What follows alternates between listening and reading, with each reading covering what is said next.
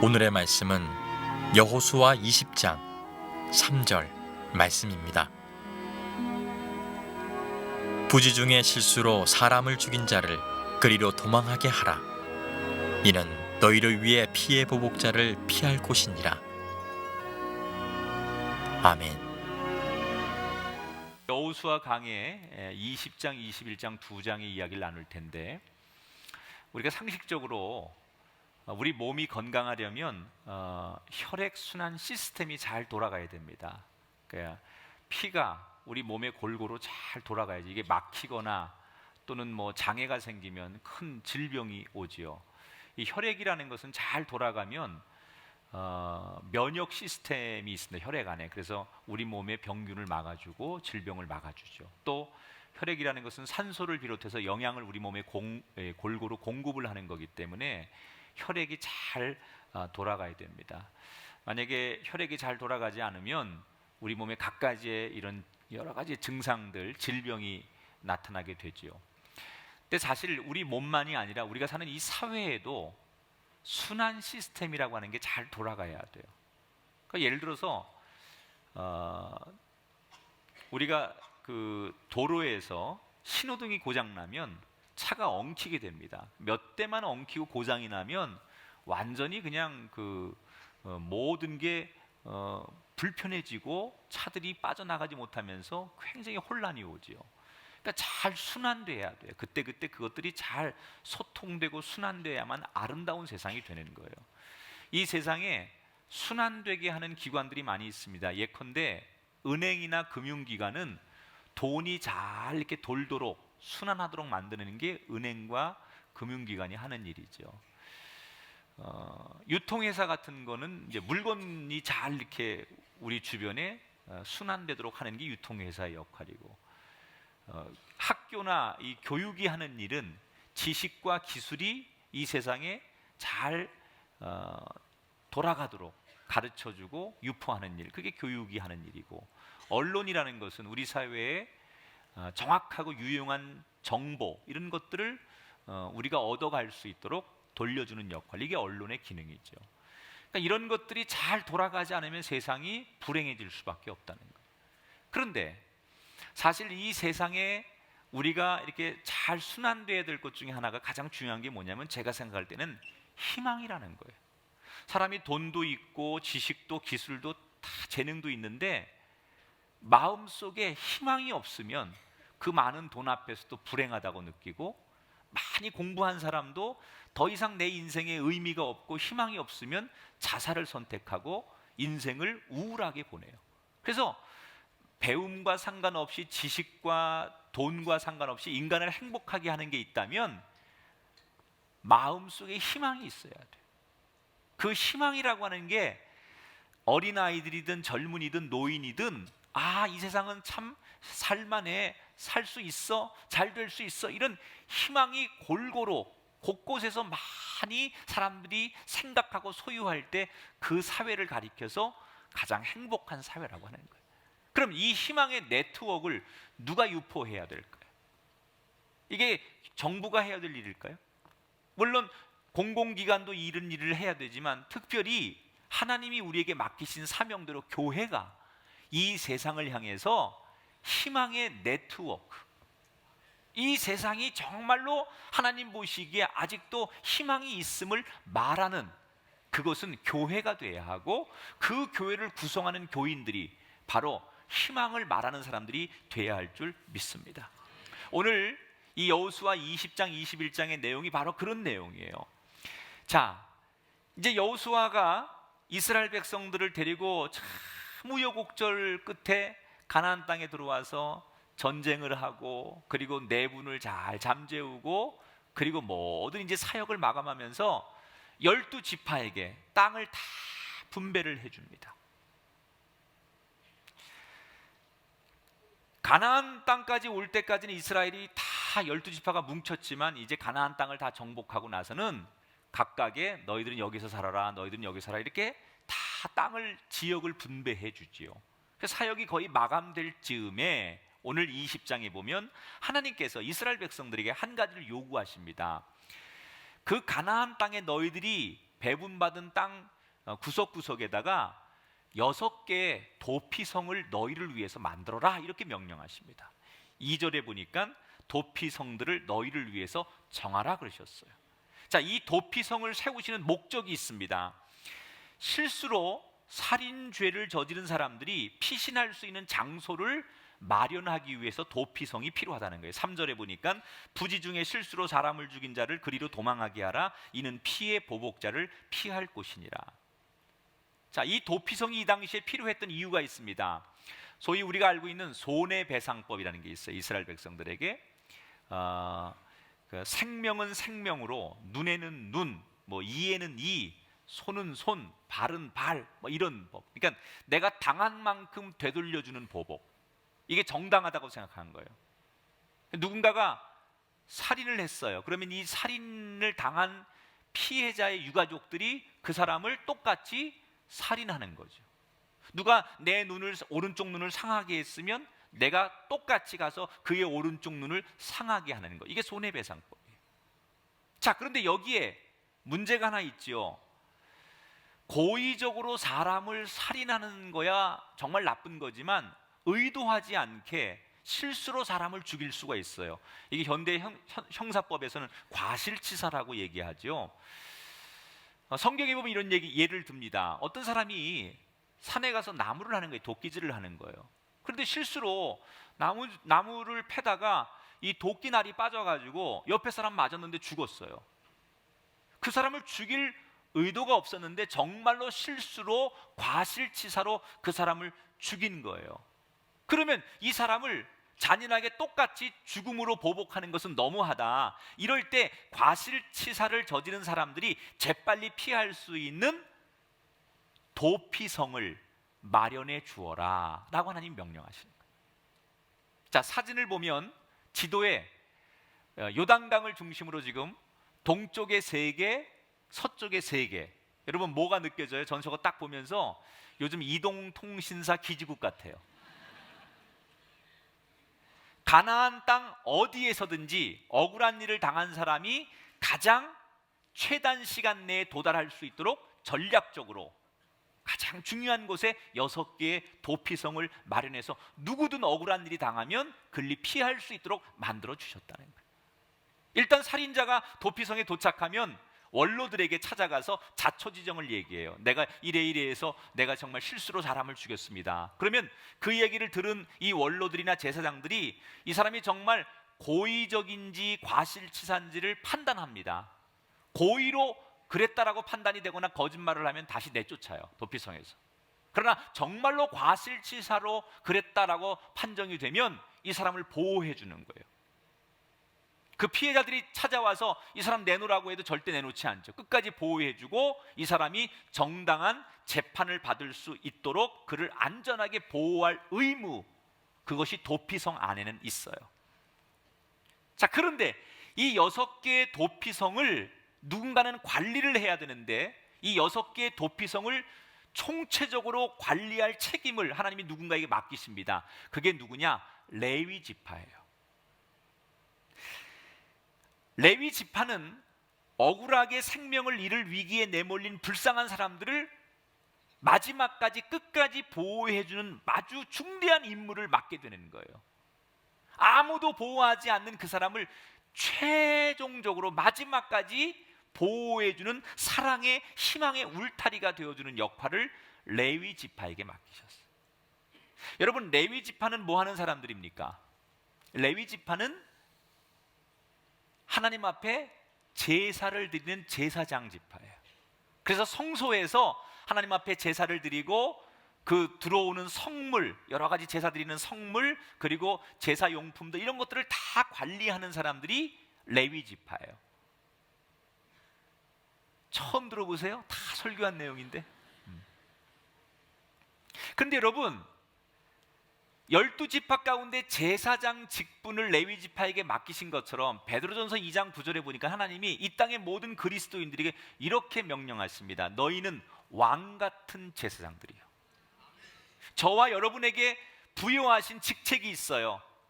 왕 같은 제사장들이래요. 다시 말하면 오늘 이 땅에 예수 믿는 모든 그리스도인들은 우리가 살아가는 동안 하나님이 우리에게 어떤 직책을 맡기셨느냐? 영적인 레위 지파의 사명을 맡기셨다는 거예요.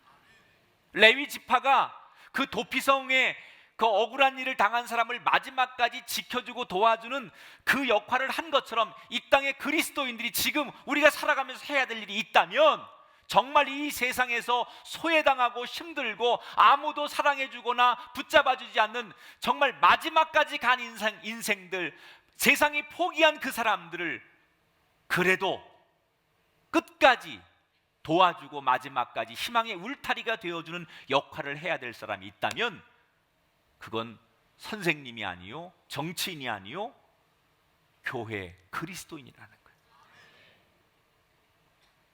우리에게 맡기신 사명이 영적인 레위 지파의 사명이에요. 여러분, 우리가 사는 세상에 보면 이미 세상이 포기한 사람들이 많습니다. 저 사람은 도저히 안 돼. 뭐 전과도 몇 번 되고, 저 사람은 과거 경력도 어떻고, 그래서 더 이상 저 사람은 희망이 없어. 소위 사회적 사망 선고를 내린 사람들이 많아요. 특히 젊은이들일수록, 나이가 젊은 사람일수록 세상에서 저 사람은 안 돼. 쟤는 희망이 없어. 쟤는 더 이상 우리가 제도적으로 구해주거나 도와줄 의미가 없는 애야. 그래서 완전히 그 인생을 포기하는 사람들, 사회적 사망 선고를 내린 사람들이 너무너무 많아요. 여러분, 요즘 복지가 굉장히 우리 사회의 화두입니다. 복지라는 것은 사회적 극빈자나 어떤 도움이 필요한 사람들에게 물질적으로 여러 가지 제도적으로 돕는 거 복지예요. 좋지요. 그러나 물질적으로 도와주는 그런 복지 말고도 저는 이 세상에 완전히 세상이 포기한 사람들을 끝까지 누군가는 그들을 보호하고 그들을 다시 일으켜주는 일을 해야 된다고 생각해요. 여러분, 요즘은요, 사람들이 못 쓴다고 버린 쓰레기도 다시 재활용을 해서 이 쓰레기도 다시 재창조하는 시대예요. 하물며 천하보다 귀한 한 사람의 생명을 살려내는 일, 이건 너무나 값지고 귀한 일이기 때문에 교회는 세상과 다르게 세상이 포기한 사람이고 세상이 이미 다 두 손 들은 사람일지라도 우리는 끝까지 그 사람을 붙들고 최후의 보류가 되어주는 역할, 이것이 이 땅의 그리스도인들에게 주어진 사명이라는 거예요. 지난 7월 24일 동아일보에 소개된 기사입니다. 13살짜리 무법자 소년의 이야기가 소개됐어요. 이 중학생은 우리나라 형법이 만 14세 미만의 사람은 미성년자로 여겨서 입건하지 않는 것을 악용해서 작년 12월부터 올 7월 달까지 수십 건의 범죄를 저질렀어요. 이 13살짜리 아이가 저지른 범죄가 절도가 28건, 그리고 강도가 1건이에요.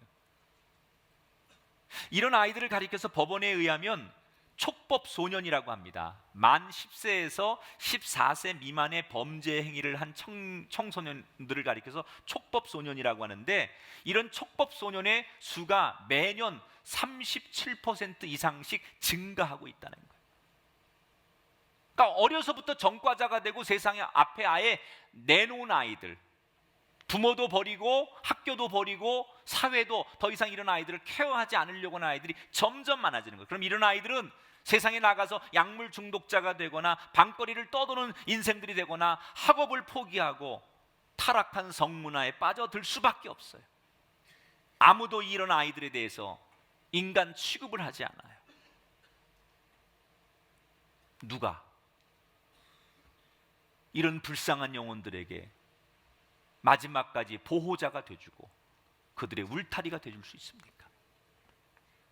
정말 이 세상 살면서 누군가 기대고 싶은데 아무도 자기 자신을 믿어주지 않는 그 세상에 조용히 가서 자기의 그 속상함을 이야기할 수 있는 마지막 최후의 보류는 어디에 있습니까? 세상의 법은 정확합니다. 그러나 교회는, 하나님의 법은 더 넓게 관용하는 거예요. 오늘 그리스도인으로 이 자리에 앉으신 여러분, 여러분에게 부여된 사명이 레위 지파입니다. 도피성의 역할을 감당하는 교회, 그런 성도가 되시기를 주의 이름으로 축원합니다. 우리가 도피성을 관리하는 책임자들이 되어야 된다는 거예요. 자, 이 레위 지파 사람들의 특징 가운데 하나가 뭐냐면, 여호수아가 가나안 땅에서 레위 지파를 빼놓고 나머지 지파들에게는 땅을 다 분배해요. 그런데 레위 지파는 땅을 분배받지 못하지요. 제가 설교 시간에 얘기한 거예요. 12지파 가운데 레위 지파만 땅을 분배받지 못해요. 왜? 너희들은 하나님 앞에 제사하는 제사장 지파니까, 성물을 관리하는 사람이니까 땅 분배받지 않아도 된다. 다른 지파들이 제사하는 거 그것만 받아가지고도 너희들은 살 수 있다. 그게 더 중요하다. 그래서 레위 지파에겐 땅을 주지 않아요. 근데 그들이 자기들 구역이 없으니까 레위 지파는 할 수 없이 여기저기서 가나안 땅 흩어져 살게 돼요. 그래서 레위 지파 사람들이 요단강 동쪽에도 흩어지고 서쪽에도 흩어지고 막 흩어져서 나중에 보니까 이 레위 지파 출신들이 48개의 도시에 흩어져서 살더라는 거예요. 아까 말한 6개의 도피성을 포함해서 42개, 그래서 총 48개의 도시에, 곳곳에 다른 지파들 도시에 들어가서 레위 지파 사람들이 사는 거예요. 그 여기서 이상한 게 하나 있어요. 레위 지파 사람들은 성소에서 제사하고 성물을 관리하는 사람이기 때문에 성소 가까운 곳에서 살아야만 늘 하나님 앞에 나가서 제사 드리고 이 성물을 관리하고 그런 게 효율적인데, 하나님은 왜 레위 지파 사람들을 그렇게 수십 킬로미터 떨어진 곳으로 다 여기저기 그들을 흩어 놓으신 걸까?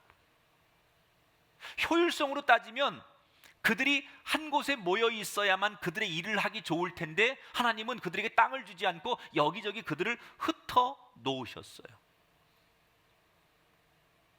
자, 효율성 얘기를 하니까 우리가 그 행정복합 중심 도시 세종시를 건립할 당시에 효율성의 문제를 가지고 많이 찬반 양론이 있었어요. 세종시를 찬성하는 사람은 지역 균형을 위해서 이게 수도권에 중심되어 있는 이런 모든 공공기관이나 이런 것들이 좀 지역 균형 발전을 위해서 지방으로 이전될 필요가 있다 해서 적극 찬성을 했죠. 근데 반대하시는 분들의 논리는 뭔가요? 국가 업무가 너무 비효율적이다. 예를 들어서 국회는 여의도에 있는데 뭐 매번 공무원들이 올라올 수도 없고, 이게 효율적으로 업무가 돌아가지 않으면은 결국 우리나라는 지역 균형은 될지 모르지만 이런 글로벌 시대에 국제적인 관점에서는 굉장히 비효율적이기 때문에 나라가 어려워질 것이다. 이런 논리로 반대를 했어요. 최근까지 이 논란은 이어지고 있죠. 현재 이전한 공무원들이 자리를 잡지 못하고 여전히 어려워하고 있는 그런 소식들이 언론을 통해서 계속 보도가 되고 있으니까. 그래도 세종시 건립은요, 지금 그 최첨단 교통수단이나 통신기술이 뒷받침 상태에서 발생한 거니까 그나마 낫지만요, 지금 이 여호수아 시대의 레위 지파는 지금으로부터 3000년 전에 교통수단이나 통신시설이 전혀 없는 곳에서, 그러니까 수십 킬로미터 떨어진 곳에서 성소까지 매일 오거나 예배 제사를 드릴 때마다 오고 가는 과정이 너무나 힘들고 고통스러운 거예요. 그러니까 매번 그걸 반복한다는 게 너무나 비효율적인 거죠. 3000년 전의 이야기니까.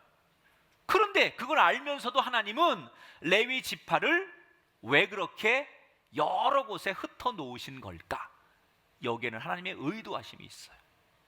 자, 12지파가 다 흩어졌어요. 그런데 하나님 말씀을 제일 잘 알고 그 말씀을 전하고 늘 제사 드리고 은혜가 충만한 지파는 레위 지파밖에 없어요. 이 당시에는 3000년 전에는 글을 몰라요. 사람들이 책이라는 게 없어요.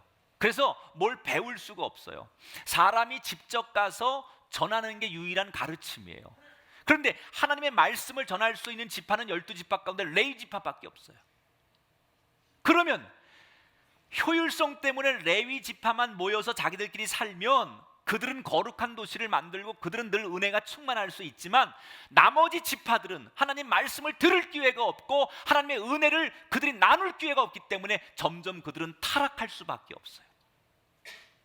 그래서 하나님은 레위 지파가 좀 불편하더라도 나머지 지파들에게 하나님의 말씀을 전하고 가르칠 수 있는 사명을 레위 지파가 감당하기를 원하신 거예요. 그 성소에서 늘 누리는 그 은혜를 레위 지파 사람들이 다른 지파 사람들에게 가서 전하고 가르쳐서 그들이 타락하지 않게 하는 역할, 이게 레위 지파 사람들에게 하나님이 원하셨던 사명이라는 거예요. 제가 설교 서두에 오늘 혈액순환 시스템에 대한 말씀을 드렸습니다. 우리 몸의 건강을 위해서 혈관이 막힘없이 뚫려 있어야 되고 건강하게 혈액이 돌아다녀야 되는 거예요. 레위 지파가 이스라엘 전역에 걸쳐서 폭넓게 퍼져 있었던 것은 엄밀히 말하면 영적 혈관 역할을 하는 거죠.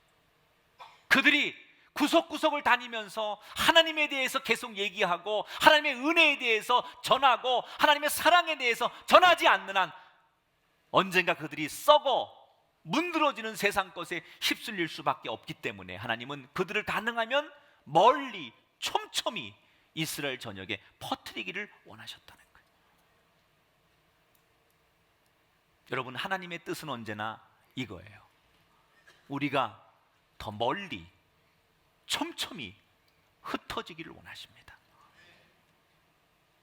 여러분, 구약 성경에서부터 신약 성경까지 성경의 사상은 늘 하나예요. 우리에게 흩어지라는 거예요. 그런데 때때로 이 하나님의 뜻을 이해하지 못한 사람들이 큰 징계를 받죠. 그 대표적인 사건이 바벨탑 사건이에요. 하나님은 그 당시 하나님의 백성들에게 온 인류로 퍼지길 원하셨어요. 그런데 그 사람들은 뭉쳤죠. 자기들끼리 뭉쳐서 자기들끼리 힘을 모아서 바벨탑을 쌓아서 하늘같이 높아지자, 흩어지는 게 하나님의 뜻이었는데 그들은 모으는데 자기들의 에너지를 다 쏟았죠. 그래서 바벨탑 사건이 일어나는 거예요. 예수님께서 뭐라고 명령하십니까? 온 세상을 제자 삼아라, 온 민족을 제자 삼아라. 그게 예수님의 명령이셨어요.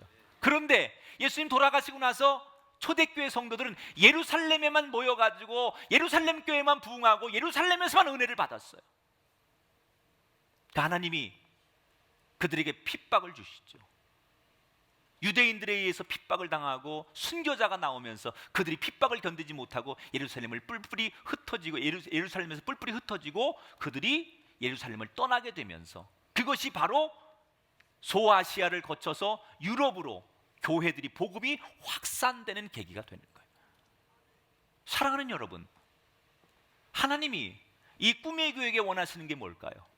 우리 교회가 좋은 예배당 안에서 은혜로운 예배와 이렇게 만족스러운 예배를 드리고 우리는 참 여기 들어오면 풍요롭고 다른 교회에서 누리지 못하는 은혜와 감동을 누리는 것으로 우리가 만족한다면 이건 하나님의 뜻이 아니라는 거예요. 우리가 여기에서 하나님의 은혜를 제대로 받았다면 함께 모여서 예배하는 것이 중요함과 동시에 최대한 넓게 흩어져서 봉사하고 헌신하고 전도하는 일에 최선을 다해야 된다는 거예요. 우리끼리만 여기서 예배드리고 여기서 우리끼리만 부흥하고 우리만 잘 되는 교회를 하나님 원하시는 게 아니에요. 이건 예루살렘 교회나 다름이 없어요. 하나님은 이 교회를 통해서 여러분들이 받은 은혜만큼 흩어져서 여러분의 직장과 일터와 세상에서 섬기고 나누고 복음 전하는 선교사의 사명을 감당하기를 원하신다는 거예요. 그게 없다면 우리는 우리끼리는 편할 수 있어요. 우리끼리 모이면 수준도 맞고 우리끼리 모이면 문제될 게 없어요.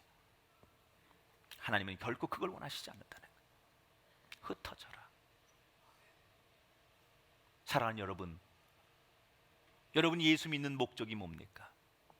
하나님의 명령, 하나님의 뜻을 알기를 원하신다면 오늘 이 말씀 앞에 여러분이 흩어져 해야 할 일이 무엇인가를 찾고 기도하고 구하는 레위 지파 같은 사람 되시기를 주의 이름으로 축원합니다. 자, 이렇게 이제 레위 지파 사람들에게 하나님께서 땅을 잘 이제 여호수아를 통해서 분배를 다 마친 다음에 그 땅을 다 차지합니다. 그리고 그동안 그들이 있었던 모든 사역에 마지막 총 평가를 한번 해봐요. 이스라엘 백성들이 그 평가의 총평 결과가 어떻게 나오느냐? 21장 45절에 그들이 걸어왔던 모든 사역의 총평 결과를 이렇게 표현합니다. 같이 읽어봐요. 시작. 여호와께서 이스라엘 족속에게 말씀하신 선한 말씀이 하나도 남음이 없이 다 응하였더라. 하나님께서 하신 말씀대로 하나도 안 이루어진 게 없이 다 이루어졌다는 거예요. 자, 이 말씀이 여러분의 말씀 되길 바라고, 이게 여러분의 가정의 말씀 되길 바라고, 우리 부모가 자녀를 위해 기도한 말씀 되길 주의 이름으로 축원합니다. 기도한 대로 다 이루어지시고 하나님이 약속한 대로 하나도 땅에 떨어짐 없이 다 이루어지는 복이 우리에게 일어나길 주의 이름으로 축원합니다. 한마디로 이스라엘 백성들이 지금 모든 사역을 마지막으로 총 평가를 해보니까 완벽한 승리를 거뒀다는 거예요. 완전한 성공을 거뒀다는 거예요.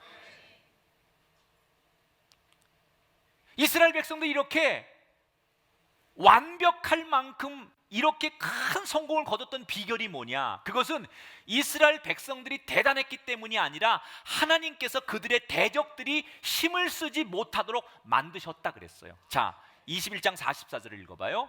그들의 성공의 비결을 이렇게 소개합니다. 시작. 그들의 모든 원수들 중에 그들과 맞선 자가 하나도 없었으니 이는 여호와께서 그들의 모든 원수들을 그들의 손에 넘겨주셨음이니라. 이스라엘 백성들이 용맹하고 똑똑해서가 아니라 하나님께서 그들과 맞서 싸워야 될 상대를 다 묶어 놓으시고 이기도록 만들어 놓으셨고 함께 하셨기 때문에 승리했다는 거예요. 바로 이 사실을 레위 지파 사람들이 자손 대대로 하나님이 우리와 함께 하셔서 우리가 이렇게 승리했다라는 얘기를 전하라는 얘기예요. 여기 계신 부모님들께 부탁해요. 내 신앙만 잘 지키는 게 중요한 게 아니에요. 믿음의 대를 이어가는 거. 부모의 역할이라는 게 뭐냐? 나를 통하여 믿음의 유산을 내 자식들이 받아야 돼요. 나는 어떻게 믿음을 가졌는데 내 자식들에게 믿음을 내가 가업으로 전승하지 못하고 믿음을 유산으로 전승하지 못해서 내 자녀들은 믿음 없이 살아간다면 그것은 전적으로 부모의 책임이라는 거예요. 분명히 하나님이 우리와 함께 하셔서 우리가 승리했음을, 완벽한 성공을 거두었음을 자손들에게 계속해서 전하라는 거예요.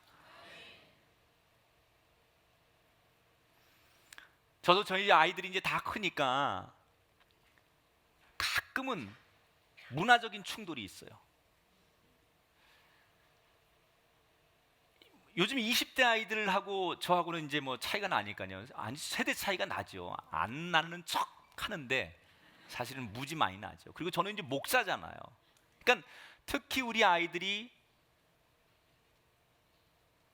젊고 또 외국에서 오랫동안 생활을 한 아이도 있고 그러니까 가치가 달라요. 한국 가치하고도 다르고 또 요즘 젊은 아이들이 얼마나 문화적으로 뭐 자유로운지 몰라요. 그래서 과거에 우리가 생각할 때 그러면 안 되지 이러는 것들 요즘 아이들은 뭐가?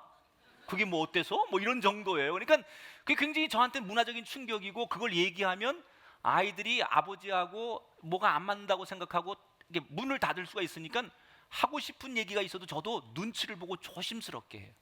그래서 이게 혼내지 않고 뭐 이야기를 통해서 야, 그거 멋있다. 그런데 뭐 이러면서 슬쩍 하면 또 이러지 아이들이.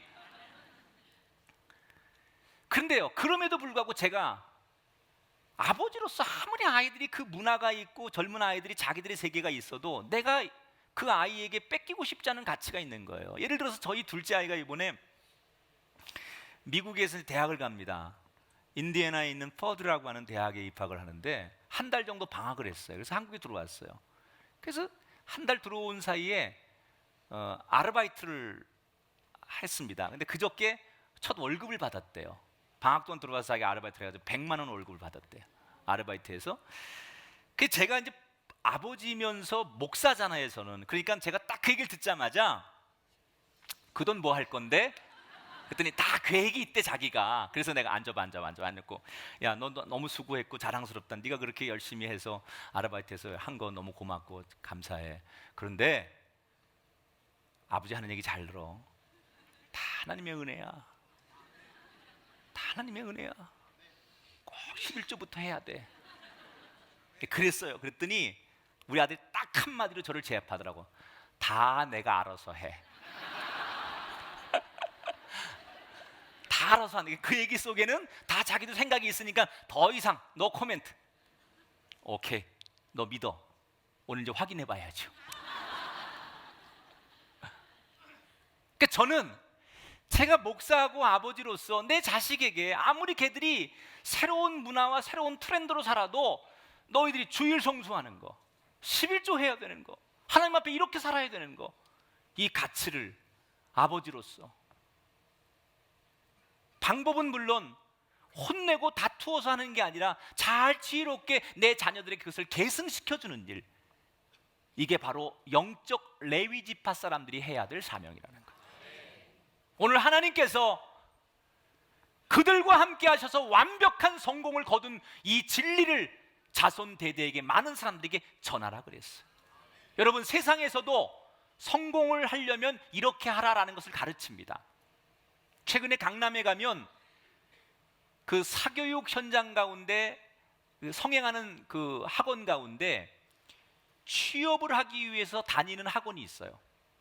대학을 졸업하고 대학원을 졸업했는데 취업이 안 되죠? 그러면 어떻게 하면 가서 면접 볼 때 대답도 잘하고, 또 자기 소개서 같은 걸 어떻게 써야 되는지 대필도 해주고, 그리고 그 사람이 하는 업무에 대해서 미리미리 예행 연습도 시켜주는, 말 그대로 대학과 대학원을 졸업하고 취업을 하기 위해서 다니는 학원이 있어요. 한 400만 원 정도 비용이 든대요. 거기서 이제 어떻게 하면 가서 면접 잘 보는지, 자기소개를 잘하는지, 뭐 이런 것들을 다 가르쳐주고 일단 취업을 최대한 빨리 시켜주는 거예요. 여러분, 이렇게 많은 사람들이 다양한 컨설팅 업체들을 찾는 이유가 뭡니까? 확실한 성공의 길을 찾기 위해서라는 거예요. 제가 최근에 접한 학원 가운데는 픽업 아티스트라고 하는 학원이 있습니다. 좋게 말하면 매력적인 사람이라는 뜻이죠. 픽업 아티스트라고 하는 것은. 나쁘게 말하면 이거는요, 이게 어떤 지금 우를 범하고 있냐면 이성을 홀리는 제비족을 양성하고 있다는 거예요. 픽업 아티스트, 그래서 사람 앞에 내가 얼마나 매력적인 사람이고 좋은 사람인가를 표현하게 하고 자기를 드러내게 하는 건데, 이게 사람들이 어떻게 변질되느냐, 이성한테 어떻게 이성이 나를 딱 보자마자 홀딱 반하게 할 것인가, 이걸로 악용이 되면서 신종 제비족을 많이 양성하는 학원이 됐다는 거예요. 여러분, 세상의 성공의 기준은 뭡니까? 수단과 방법을 가리지 않고 남을 이겨서 성공하는 것.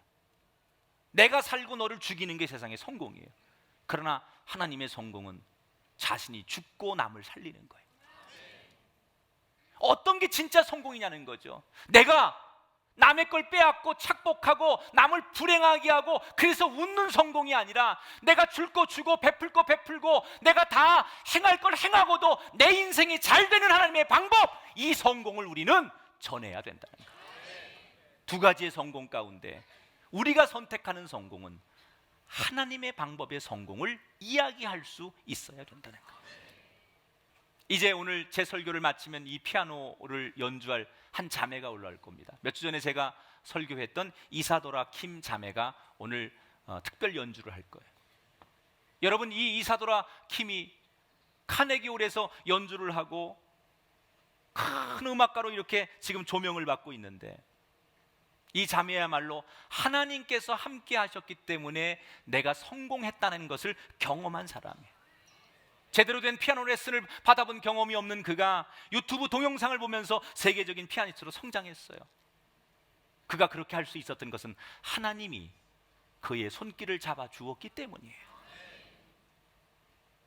오늘 저는 그 자매의 고백이 우리의 고백이 되고 우리의 간증이 될 수 있도록, 여러분, 이 연주를 들으면서 하나님, 나도 저렇게 되게 하옵소서. 하나님의 손길로 나의 인생, 나의 자녀의 인생이 저렇게 성공자 될 수 있도록 하나님 축복하여 주옵소서. 그런 은혜를 체험하는 저와 여러분이 될 수 있기를 주님의 이름으로 축원합니다.